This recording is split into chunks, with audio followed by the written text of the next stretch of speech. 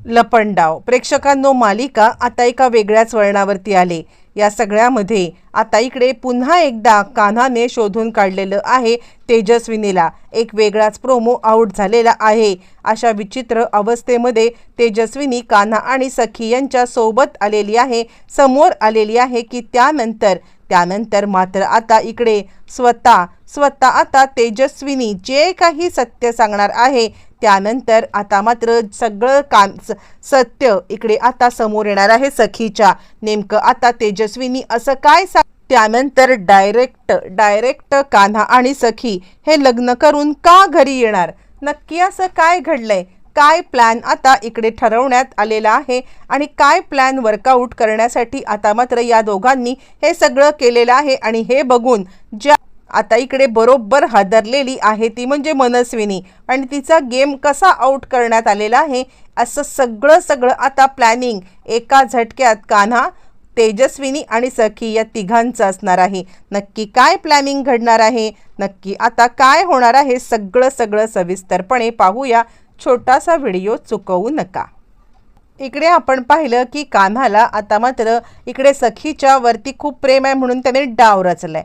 डाव रचत त्यांनी आता लगेचच इकडे काकांच्या सोबत निरोप पाठवल्यावरती आता सखी आलेली आहे कान्हाला भेटायला। आणि त्यानंतर मग आता कान्हाला भेटल्यावरती इकडे आता कान्हा सांगतोय, का तू इतकं माझ्यासाठी करायची गरज काय पडले, आणि त्यावरती सखी सांगते, काही झालं तरी तू नवरा आहेस माझा। आणि त्याच वेळेला मग आता लगेचच तो सांगायला लागतो, ठीक आहे ना, नवरा आहे ना, मग एका आता गोष्टीवरती जर का आता तू माझा विश्वास ठेवलास तर नक्कीच या नात्याचं सार्थक होईल। आणि त्यावरती ती म्हणते, बघ गुपचूप खा, मला आता अजिबात थांबायचं नाहीये, मी निघते। यावरती तो म्हणतो, हे बघा बेबी सरकार, काहीही झालं ना तरी सुद्धा मी जे काही आज आता तुम्हाला सांगतोय ना ती गोष्ट लक्षात घ्या।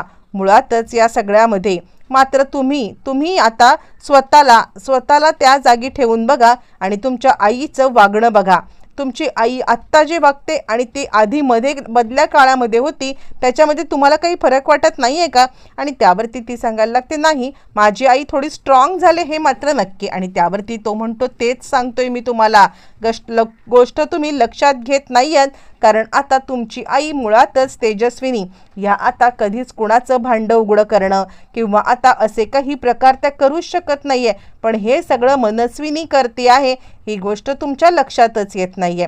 आणि असं म्हटल्यावर ती पुन्हा एकदा सखी आता चिडलेली आहे आणि सखी आता सांगायला लागते, बाद झालं, मला आता काही ऐकायचं नाहीये। सखी निघून जाते आणि पण सखीच्या डोक्यामध्ये कान्हा जे काही बोललाय ते सतत घोळत आहे। बरं, तोपर्यंत इकडे आता लगेचच सांगायला लागते ती म्हणजे नंदा सांगायला लागते, आपल्या लेकीला कळतंय का, ती भेटायला गेलेली आहे तिच्या नवऱ्याला, जेवणाचा डबा घेऊन, स्वतःच्या हाताने जेवण बनवून, आणि हे सगळं करत असताना तुला विचारलं का तिने एकदा तरी?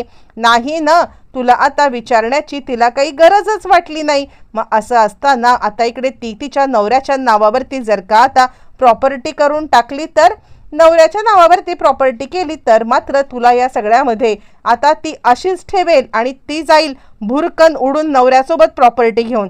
त्यावरती चिडलेली मात्र आता मनस्विनी तिचा गळा आवळायचा प्रयत्न करते आणि खबरदार असं काही बोललीस तर, यावरती ती म्हणते, मी खोटं काहीच बोलत नाहीये ती। आणि त्यानंतर मग आता इकडे ती सांगायला लागते, तू कितीही माझ्यासोबत असं केलंस ना, कितीही माझ्यासोबत वागलीस तरी। आणि त्यानंतर सखी आता घरी निघून गेलेली आहे। मुळातच या सगळ्यामध्ये आता मात्र कान्हा इकडे दाभाडे काकूंना या सगळ्यामध्ये इन्व्हॉल्व करणार असतो। कान्हा आता इकडे सखीला कॉल करतो आणि कॉल करून सांगायला लागतो, मला भेटायला नाही आलीस तरी चालेल, पण दाभाडे काकूंनी तुझी आठवण काढलेली आहे, त्या आजारी आहेत, हॉस्पिटलमध्ये आहेत, त्यांना भेटायला ये। त्या आता तुला सरकार आणि तेजस्विनी यांच्यामधला फरक सांगतील, कारण म्हणजे दाभाडे काकूंनी दोघींना सुद्धा आता जवळून पाहिलेलं आहे। त्या कदाचित तुला या सगळ्यामध्ये असं काहीतरी हिंट देतील ना की त्यानंतर मग आता तू स्वतः आता दाभाडे काकूंना आभार मानशील। असं म्हटल्यावर ती आता इकडे सखी सांगायला लागते, ठीक आहे, मी आता येते तिकडे। असं म्हणत सखी आता दाभाडे काकूंच्या इकडे जायला निघते। खरं तर या सगळ्यामध्ये आता मात्र दाभाडे काकू थोड्याफार आजारी तर असतात, पण आता त्यांना सखीला खूप काहीतरी सांगायचं असतं। मग इकडे कान्हाने जबरदस्त पुढचा प्लॅन केलेला आहे। त्यांनी आता पोलिसांची मदत घेत त्यांनी आता पूर्णपणे ती दरी आता छानायला लावलेली आहे आणि तिथेच त्याला महासत्याचा उलगडा। इकडे तोपर्यंत दाभाडे आता इकडे शुद्धीवरती आल्यावरती त्यांना आता भेटायला आलेली आहे सखी। आणि काय झालं तुम्हाला, काय मला सांगायचं आणि तुमची ही अवस्था कुणी केली, यावरती ती सांगायला लागते सरकारने। आणि त्यावरती मग आता सखी सांगायला लागते पण मनस्विनी मावशी म्हणजे सरकार तर आता ह्या जगात नाही आहे। त्यावरती ती सांगायला लागते नाही, तू जे काही बोलतेस ना ते खोटं आहे। म्हणजे आता मी ज्या वेळेला परत आले ना, सरकारच्या माणसांनी माझ्यावरती हल्ला केला आणि आता सरकारच्याच माणसांनी मला मारण्याचा प्रयत्न केला। त्यावरती सखी आता सांगायला लागते म्हणजे खरंच सरकार जिवंत आहे आणि मग ते आहेत तरी कुठे। आणि त्यावरती मग आता लगेचच सांगायला लागते ती म्हणजे दाभाडे मावशी की सरकार तुझ्या घरातच आहे। आणि त्यावरती ती म्हणते नाही, तुम्ही आता कान्हाला आधी भेटलेले आहात म्हणून तुम्हाला असं वाटते की आता त्या सरकार आहेत, पण नाही, ती माझी आई आहे। असं म्हटल्यावरती ती सांगायला लागते नाही, तू उगाचच या सगळ्यामध्ये आता मात्र चुकीचा समज करून घेती आहेस। कान्हा आता तुझ्यासाठी हे सगळं करतोय, नाहीतर आता कान्हाला खरंच काही गरज नाही या सगळ्याची, पण तो तुझ्यावरती प्रेम करतोय म्हणून हे सगळं करतोय आणि तुला सांभाळण्याचा प्रयत्न करतोय। तू एकदा काम कर ना, कान्हावरती विश्वास ठेवून आता सरकारला ओळखण्याचा प्रयत्न कर। यावरती ती म्हणते काय अजून करू, मी सोमवारी सुद्धा आता ते अंड खातायत का याची टेस्ट घेतली पण अंड खाल्लं नाही, आईने टाकून दिलं। बरं इतकंच नाहीये तर आता डोळ्यांची टेस्ट झाली, डॉक्टरांनी सांगितलं। यावरती दाभाडे मावशी सांगायला लागतात तू ना तिचं आता काहीच सांगू नको, ती बाई इतक्या नीच पातळीला खाली जाऊ शकते ना, आणि नीच पातळीला खाली जाऊन ती काहीही करू शकते। आणि त्यासाठी मी तुला एकदा सांगते, एकदा आता मी जे काही सांगते ना ती गोष्ट लक्षात घे। आणि त्यावरती ती म्हणते बोला, तुम्ही मला सांगा तर। यावरती ती सांगायला लागते तू तिला काय सांगशील माहिती आहे का, तू तिला एक गोष्ट सांग की आता सगळी प्रॉपर्टी ते सगळं चाललंय ना हे प्रॉपर्टीसाठी चाललंय आणि हे तुला कळत नाहीये। त्यामुळे तू तिला एकच गोष्ट सांगायची आहे की आता ही जी सगळी प्रॉपर्टी आहे ना, ही प्रॉपर्टी मी आता कान्हाला देऊन टाकते, ट्रस्टला देऊन टाकते। ही प्रॉपर्टी जर का आता या सगळ्याचं कारण आहे तर हे प्रॉपर्टी नको मला, तू एकदा बोलून तरी बघ, मग त्या बाईचा खरा चेहरा आता मात्र कसा समोर येतोय ते तुला कळेल।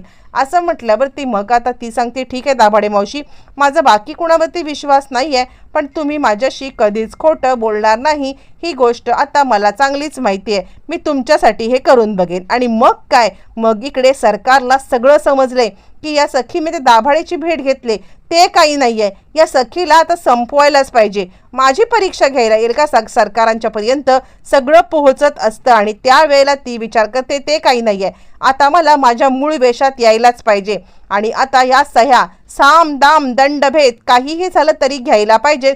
एक शेवटचा चान्स या पोरीला मी आता। आणि त्यानंतर मग आता लगेचच इकडे आलेली आहे ती म्हणजे सखी। आणि सखी सांगायला लागते आई मी कान्हाला भेटून आलेली आहे आणि खरं सांगू का तर आता मला ना ही प्रॉपर्टी या सगळ्याची मेन कारण वाटते, म्हणून ही प्रॉपर्टी मी आता खरं तर दान करते किंवा काय करते, आपल्याला गरजेपुरती तुला आता ठेवते प्रॉपर्टी आणि त्यानंतर मी आता विचार करते की मी कबरीसोबत लग्न करून जाईन आणि थोडीफार माझ्यासाठी प्रॉपर्टी। यावरती आता ती आपल्या आईच्या चेहऱ्याचे हावभाव बघती आहे। खरं तर आता सरकारांना कळले की हिने दाभाडे मावशींची भेट घेतले, काहीतरी हिच्या डोक्यात चालले, पण तिला आपला राग आपल्यावर असलेली चीड ही लपवता येत नाही। आणि ती सांगते काय चाललंय तुझं सखी, म्हणजे तुझ्या बाबांनी इतक्या मेहनतीने ही प्रॉपर्टी जर का आता आणून ठेवले इथपर्यंत तर ती प्रॉपर्टी ऐऱ्या गैऱ्या कुणाच्या घशात घालायला मला पटणार नाहीये। आणि त्यावरती आता सखी सांगायला लागते पण आई, आणि त्यावरती मनस्विनी चिडते पण बिण काही नाहीये, तुला समजत नाहीये का, तू का या सगळ्यामध्ये पुन्हा पुन्हा तेच करायला निघालेली आहेस। असं म्हणत ती आता सखीवरती चिडले। सखीला आता साधारण अंदाज आलाय आणि त्यानंतर सखी तिला शांत करते, ठीक आहे आई, तुला जर का असं वाटतंय ना की ही प्रॉपर्टी आपल्याकडे राहावी तर ठीक आहे, मी काही बोलत नाहीये, आपण ही प्रॉपर्टी नको विकूया किंवा नको देऊया। यानंतर ती थोडीशी शांत झाली, पण सखीला जे समजले ती कान्हाकडे भेटायला, आणि ज्या वेळेला ती कान्हाला भेटायला चालले त्याच वेळेला मात्र आता त्यांच्या गाडी समोर येणार आहे ती म्हणजे खरी तेजस्विनी आल्यावरती सगळ्यात मोठा धक्का आता कान्हा आणि सखीला बसलाय। तेजस्विनी सगळं सत्य सांगणार आणि त्यानंतर कान्हा आणि सखी देवळामध्ये लग्न करायला जाणार। तेजस्विनीच्या हट्टावरून लग्न करून ज्या वेळेला मनस्विनीच्या समोर येणार, एका झटक्यात मनस्विनीचे धाबे दणाणणार। मालिका खूप सुंदर वळणावरती चालू होणार आहे।